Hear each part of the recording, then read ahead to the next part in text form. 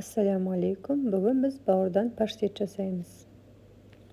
Ол үшін қызып тұрған табаға малдың майын салып, пиязды жұмсарғанша қуырамыз.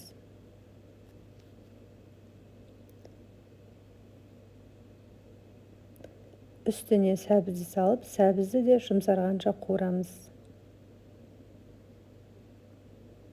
Сәбізіміз жұмсарғаннан кейін майдалап туралған бауырды үстіне саламыз. Қалауымызша сарымсақ қоссақ болады. Бауырға 100 грамдай су құйып, бетін жауып 10 минуттай туршить етеміз.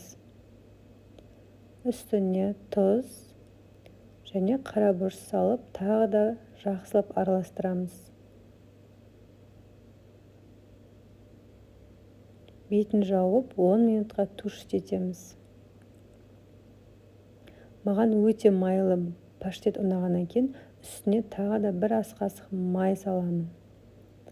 Біздің бауырымыз дайын. Блендердің ыдысына салып, бауырымызды жақсылап араластырамыз.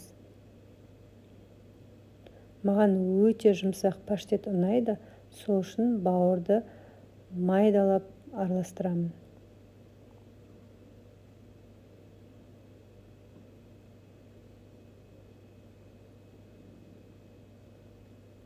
Дайын паштетті басы бұралатын банкеге салып, холодильникте 2-3 ай сақтауға болады.